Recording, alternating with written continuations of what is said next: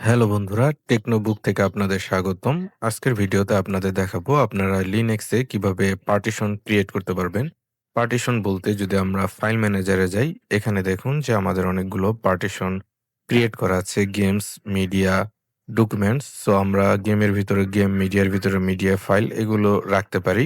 এভাবে যদি আপনারা চান যে অন্য আরো পার্টিশন ক্রিয়েট করবেন, যেমন আমরা যদি ইমেজ নামে আরেকটি পার্টিশন ক্রিয়েট করতে চাই তাহলে কিভাবে পার্টিশনটা ক্রিয়েট করবেন চলুন আমরা দেখি।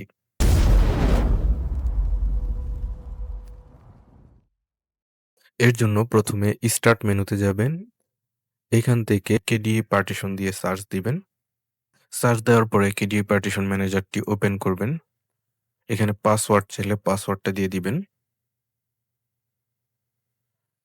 এখানে দেখুন আমার ২ টো এসএসডি দেখাচ্ছে। আমার যেহেতু ২ টো এসএসডি রয়েছে, সো 2nd এসএসডিতে আমার সব পার্টিশন করা রয়েছে। এখানে দেখতে পাচ্ছেন যে আমার গেম, মিডিয়া এবং সব পার্টিশনগুলোর লিস্ট রয়েছে। তো এখন আমি যে গেম পার্টিশনটা রয়েছে এখান থেকে কিছুটা জায়গা খালি করব। মানে এটা শ্রিঙ্ক করব এবং যতটুকু জায়গা খালি হবে সেই খালি জায়গায় আমি হচ্ছে ইমেজ নামে আরেকটি পার্টিশন এখানে ক্রিয়েট করব। সো এটা কিভাবে করতে পারি? ১ম স্টেপ হচ্ছে লক্ষ্য রাখবেন এখানে কি আপনার কোনো তালার আইকন আছে কিনা? মানে এটা লক করা আছে কিনা? যদি দেখেন যে এখানে এটা লক করা আছে তাহলে এটা ক্লিক করে রাইট ক্লিক করবেন এবং রাইট ক্লিক করে নিচে আনমাউন্ট যে অপশনটা আছে এটা সিলেক্ট করে এটা আনলক করতে হবে। সো দেখুন এখন আপনার এটা আনমাউন্ট বা আনলক হয়ে গেছে। এখন দেখুন এখানে কোনো তালার আইকন নেই।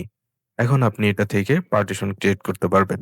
তো ১ম এ এটাকে আপনার শ্রিঙ্ক করার জন্য কি করতে হবে? এটার উপরে রাইট ক্লিক করবেন এবং রিসাইজ অপশনে ক্লিক করবেন। রিসাইজ অপশনে যাওয়ার পরে এখানে দেখুন উপরে কিন্তু একটি বার দেখাচ্ছে। এই বারের একদম শেষ প্রান্তে যদি আপনি কার্সরটা নিয়ে আসেন, তাহলে দেখবেন যে কার্সরটা কিন্তু আপনার কিছুটা চেঞ্জ হয়ে যাবে।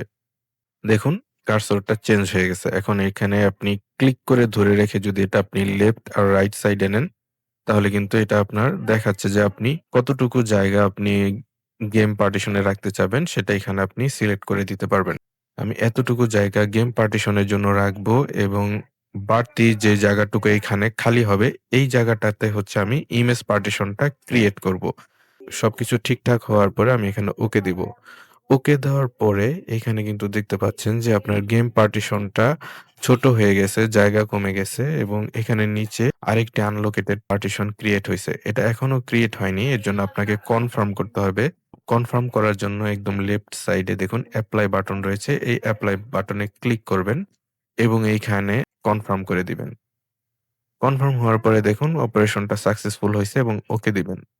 ওকে দেওয়ার পরে দেখুন যে গেম পার্টিশন এটা কিন্তু ছোট হয়ে গেছে এবং বাড়তি যে জায়গা ছিল সেটা থেকে একটি আনলোকেটেড পার্টিশন ক্রিয়েট হইছে। এই পার্টিশনটা থেকে হচ্ছে আমরা ইমেজ পার্টিশনটা ক্রিয়েট করব।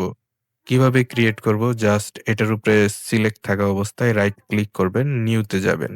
নিউ তে যাওয়ার পরে এখান থেকে আপনি ফাইল সিস্টেম যে অপশনটা আছে এখানে ড্রপ ডাউন থেকে আপনি ext4 এটা সিলেক্ট করে দিবেন এবং এখানে লেভেলে আপনি পার্টিশনের নাম দিবেন। নতুন যে পার্টিশনটা ক্রিয়েট করবেন, আমরা ইমেজ নামে পার্টিশন ক্রিয়েট করতে চাচ্ছি। সো ইমেজ নাম দিয়ে দিব। ইমেজ নাম দেওয়ার পরে একদম নিচের দিকে দেখুন পারমিশনস যে ফিল্ডটা আছে এখানে এভরিওয়ান সিলেক্ট করে ওকে দিয়ে দিবেন। ওকে দেওয়ার পরে এখানে কিন্তু দেখতে পাচ্ছেন যে ইমেজ নামের পার্টিশনটা ক্রিয়েট হইছে। বাট এখনো কিন্তু এটা ক্রিয়েট হয়নি। আপনাকে সবসময় এখানে এপ্লাই ক্লিক করে কনফার্ম করতে হবে। এখানে যদি আপনি এপ্লাই ক্লিক করেন এবং এখান থেকে কনফার্ম করে দেন, তাহলে কিন্তু আপনার মেইন অপারেশনটা শুরু হবে। অপারেশনটা কমপ্লিট করার পরে যদি আপনি ওকে দেন, ওকে দেওয়ার পরে কিন্তু দেখবেন যে এখানে কিন্তু ইমেজ নামে আরেকটি পার্টিশন ক্রিয়েট হয়ে গেছে। সো এখন যদি আপনি এখানে চেক করেন, এখানে দেখুন পার্টিশন লিস্টে কিন্তু একদম নিচের দিকে ইমেজ নামে আরেকটি পার্টিশন ক্রিয়েট হইছে। এখন আপনি এখানে যদি ঢুকেন,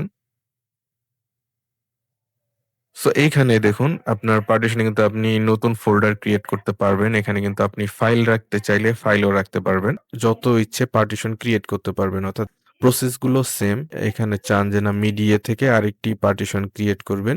সেটাও কিন্তু আপনি এখানে জাস্ট রাইট ক্লিক করে ১ম এ এখানে আনমাউন্ট লেখা থাকলে আনমাউন্ট করে নিবেন। তারপরে রিসাইজ এ যাবেন। রিসাইজ এ যাওয়ার পরে এটাকে এখান থেকে এমনি ছোট করে নিবেন। ছোট করলে যেই জায়গাটা এখানে খালি হবে সেটা থেকে আপনি সেম ভাবে আরো যদি পার্টিশন ক্রিয়েট করতে চান সেগুলো ক্রিয়েট করতে পারবেন। অর্থাৎ আপনার যত খুশি পার্টিশন সেম প্রসেস এ ক্রিয়েট করতে পারবেন। আরেকটি ইম্পোর্টেন্ট বিষয় হচ্ছে যদি আপনার শুধুমাত্র একটি পার্টিশন থাকে অর্থাৎ আর কোনো পার্টিশন নেই, শুধু একটি পার্টিশন আছে। সেই পার্টিশন থেকে যদি আপনি আরো পার্টিশন ক্রিয়েট করতে চান, সেক্ষেত্রে কিন্তু আপনি অপারেটিং সিস্টেমে থাকা অবস্থায় পার্টিশন ক্রিয়েট করতে পারবেন না। একটি পার্টিশন যদি থাকে, সেই পার্টিশনেই কিন্তু আপনার এই ফুল অপারেটিং সিস্টেমটা রান হচ্ছে।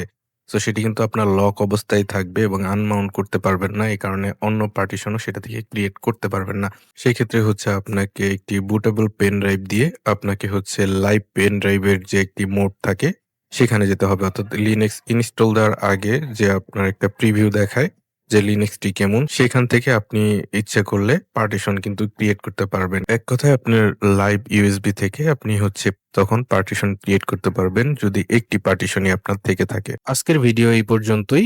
ভিডিওটি যদি আপনাদের ভালো লেগে থাকে চ্যানেলটি প্লিজ সাবস্ক্রাইব করে দিবেন। আমাদের পাশে থাকার জন্য আপনাদের অসংখ্য ধন্যবাদ।